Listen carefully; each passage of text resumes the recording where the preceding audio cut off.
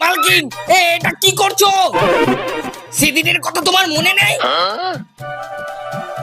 আমি এই গামলা কড়াইয়ের মধ্যে ভাত দিয়ে খাই কেন জানো?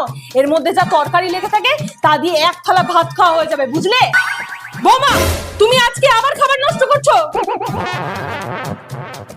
বাপের জমিদারি রাখা আছে নাকি তোমার? যদি আর একবার দেখি খাবার নষ্ট করেছো তাহলে তোমার 1 মাস খাওয়া বন্ধ, মনে থাকে জানো। করছে থাকো না কিপটে বুড়ি, এনাকে না খাইয়ে রাখা উচিত। ঠিক বলেছিস। বৌমা, খেতে দাও। হ্যাঁ মা, যাই।